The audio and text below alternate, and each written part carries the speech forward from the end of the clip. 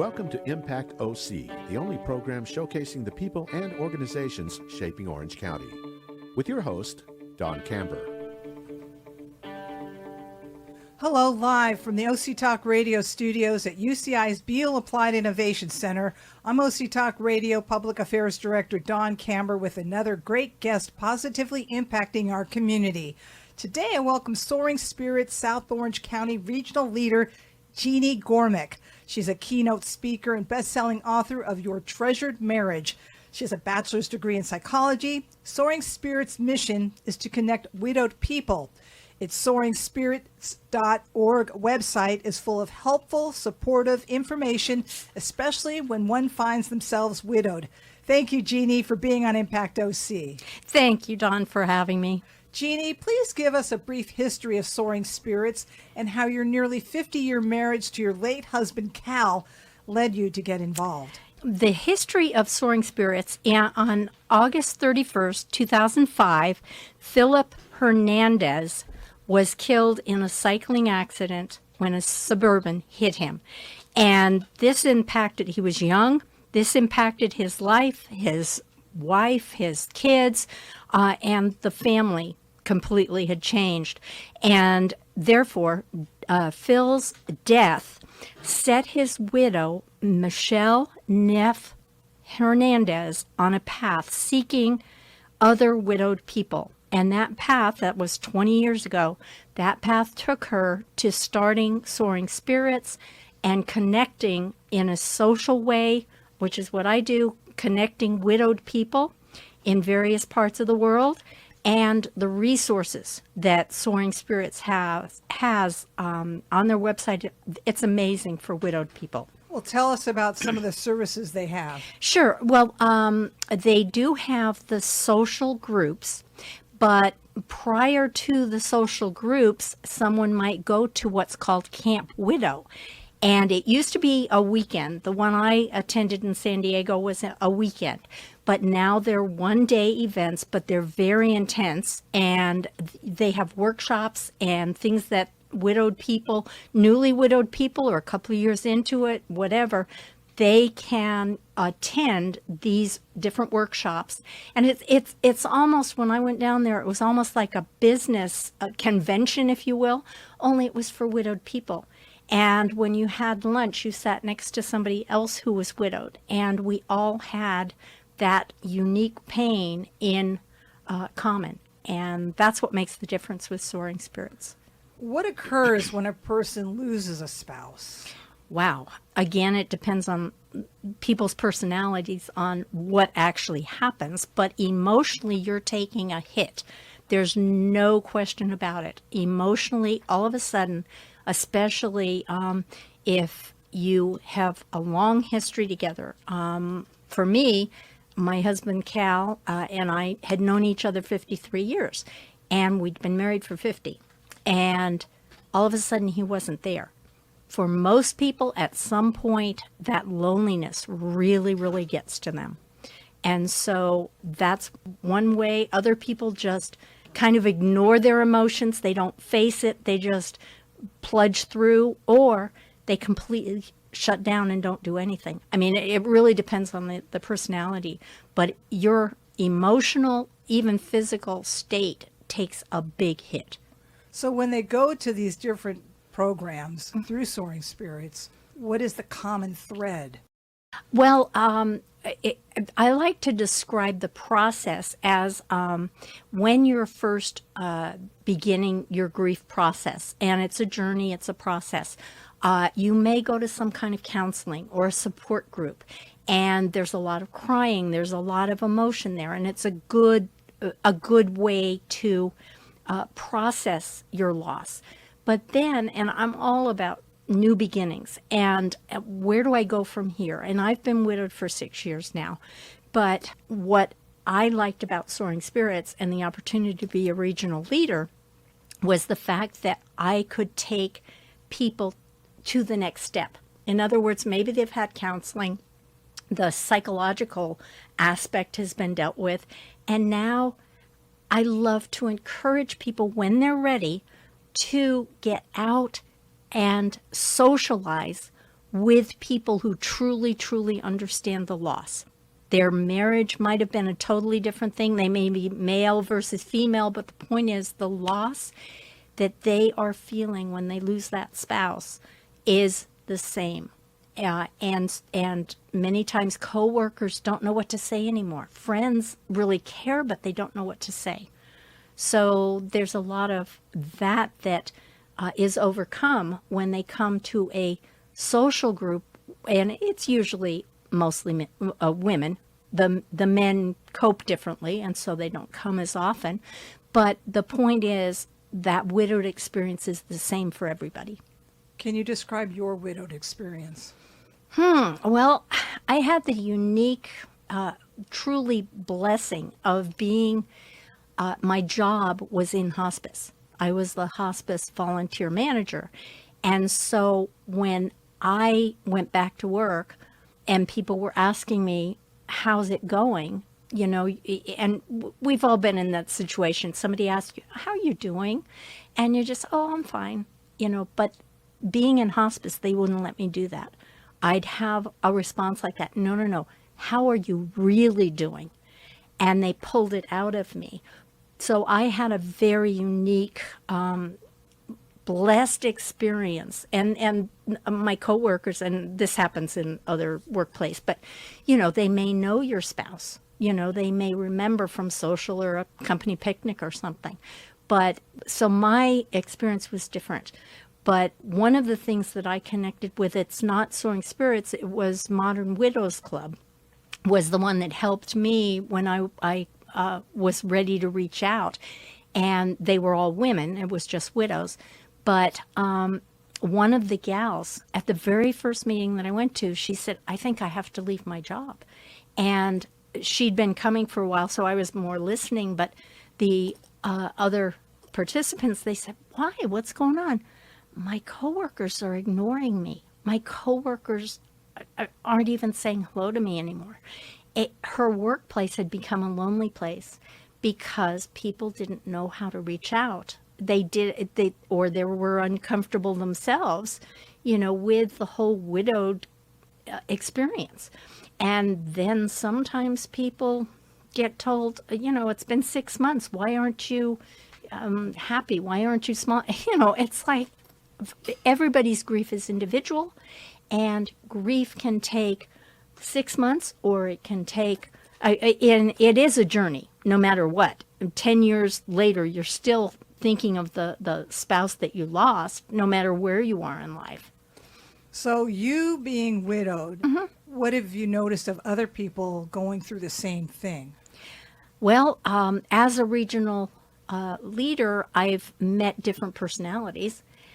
Right now, without mentioning any names, of course, I have a gal who is very interested in what I do. She had seen it on, Nextdoor, or, you know, on social media. And she reached out to me and she said, but I can't come because I'm going to cry.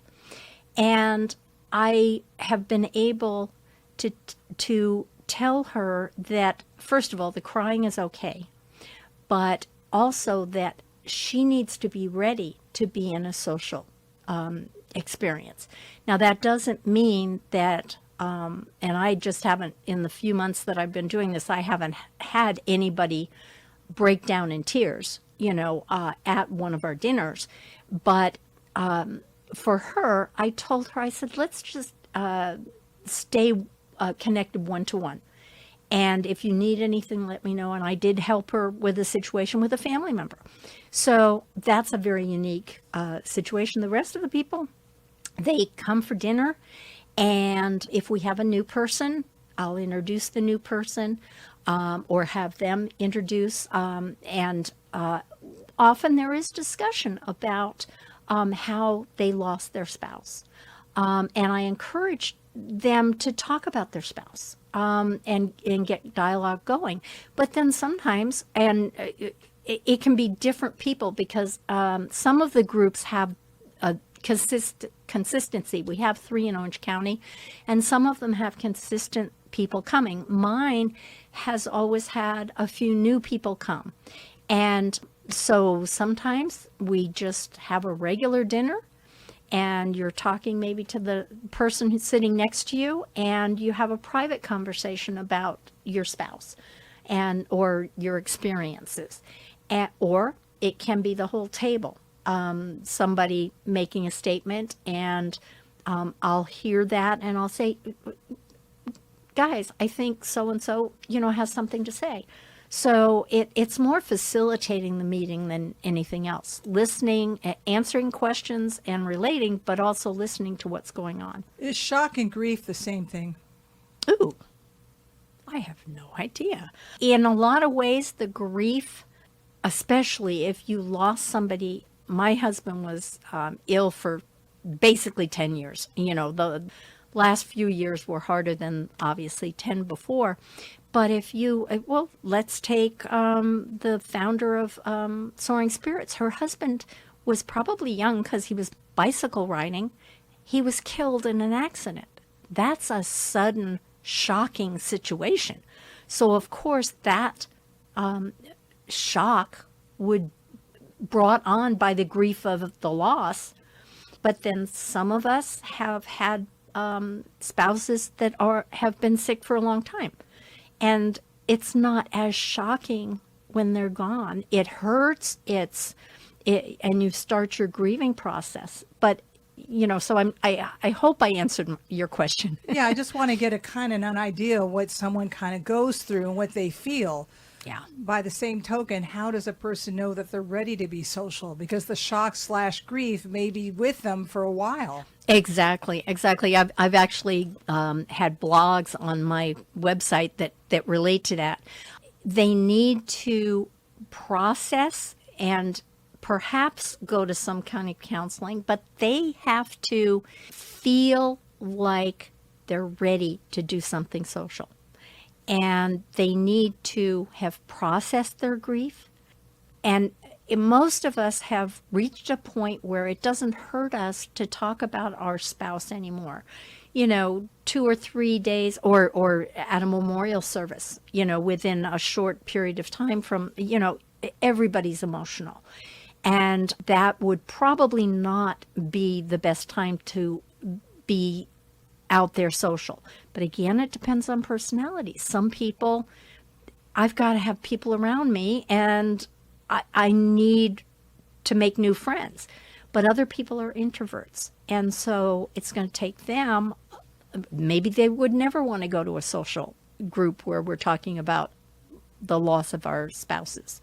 Well, educate us. If we learn a friend has become widowed, how do we approach that person? Okay, that's really interesting because one of the things, most people will approach them and say, what can I do for you? And because the grief process is so debilitating at times and stressful, just having a friend ask you, what can I do? It might be overwhelming. And in a normal situation, it wouldn't be. But it's better if you can remember to approach them with specifics. If they have children, do you want me to watch your kids? Do you want me to pick them up from school? Do you want me to take Susie to ballet lessons or whatever? A very specific need that they might be able to fill versus asking them, how can I help? Or I made a lasagna tonight. Would you like me to bring some over? Or possibly just knocking on the door and bringing it over. So you lead a social group. Share with us what occurs in that social group. Well, it's really simple. I have like a sign-up sheet ready to go for anybody new who's coming in. We have, or Soaring Spirits has provided a newly widowed person packets. Okay. So if we have somebody who has been widowed in the last year or 6 months, whatever, or even a month, we will offer them the folder, and that introduces them to Soaring Spirits as well and all the resources that they have on the website. However, I'll sign people up. We'll kind of have this is Susie. And Susie, this is so-and-so, so-and-so, and go around. So everybody knows we have name tags. So we make it as easy as possible to get involved. And I'll listen for situations. I had at one of them, the gal sitting next to me, I guess she didn't have kids, and two persons over, they were talking about their kids and their grandkids and all this. And I could tell, and I didn't know her situation, but I could tell that she wasn't comfortable. And then she leaned over, or I leaned over. I said, "Do you have kids?" And when she said she didn't, that's when I knew that she needed a little bit of special attention. And so, it's a table with people talking around and eating and whatnot. And I just quietly was listening to her and her situation. Is it a support group type thing? Well, I tend to be a little more supportive because of the way I am, my personality and everything, but it's not meant to be. In fact, if we have had training as regional leaders through Soaring Spirits, that if we have someone who monopolizes the whole conversation, in other words, they're loud enough so everybody at the table can hear, we need to react to that in a caring way, but also give other people a chance to respond or talk, or is there anything else you want to say, or that kind of thing. That's why I call it a facilitator more than anything else. Is there a cost to be a member of Soaring Spirits? Nope. Everything is free unless you go, say, to Camp Widow. One of the things that we do as regional leaders, everybody pays for their own meal, and some restaurants I can't even use because they won't take separate checks.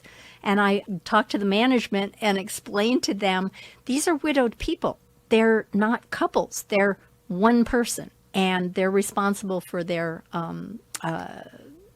bill. And so some restaurants will do that for us and others won't, and that's not a problem. But the point is, those are the only costs, unless they want to donate, because Soaring Spirits it's a nonprofit. So they do take donations for sure. Let's talk about some of their programs. They have a thing called Widowed Pen Pals. Yeah, you know what? That was the very first thing that I signed up for. It's interesting that you mention it.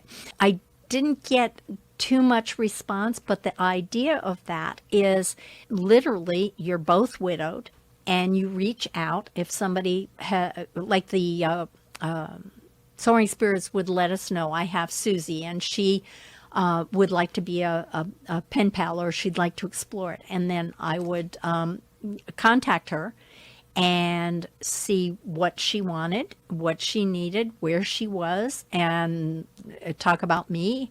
And then we would send texts or emails back and forth. It's just a communication tool between two people. Absolutely. And some people, like I said, some people aren't outgoing. They're not comfortable in a group of people, certainly not talking about something personal like grieving a spouse. So they'd be more comfortable, even if they lived next door to me, they'd be more comfortable with a pen pal situation. The You Are Not Alone outreach. Yeah. Everything that Soaring Spirits does, they try to reach out. If they have identified you're widowed, they want to let everyone know you are not alone. We have groups, we have resources, and they have Camp Widow. What are the consequences of someone who's widowed who doesn't reach out and be social? Oh, man. I only have a bachelor's degree in psychology. I have to qualify that. But, that can be very debilitating because you don't ever heal. Now, again, I always go back to different personalities, because some people are introverts and some people just need their quiet, alone time to process what they're going through, and they come out of it just fine.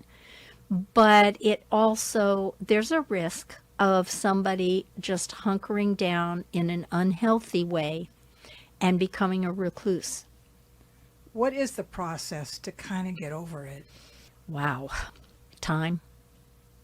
But what do you tell yourself to get out of it? Yeah, that's a hard one. You do what you need to do.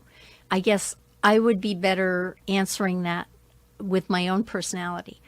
I'm a recovering workaholic. And Dawn, I think you remember me. But because of that, I went into a work mentality. I started working seriously on the book, that I had been writing, but I took the time that I had and the extra time because I wasn't relating with a husband anymore. And to cope with the loneliness, what I did was I went out and I started planning for the future. I was still working full time, but then COVID came and they sent me home. So I was bored stiff.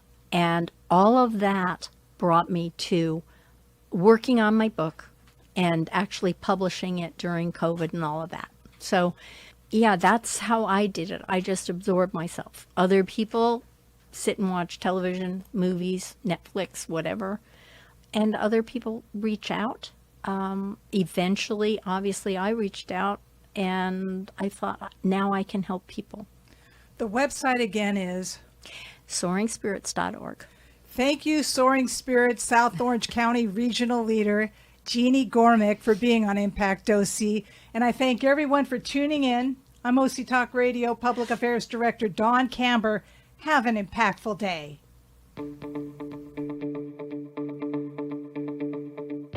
You've been listening to Impact OC, the only program showcasing the people and organizations shaping our community. Right here on Orange County's only community radio station, OC Talk Radio.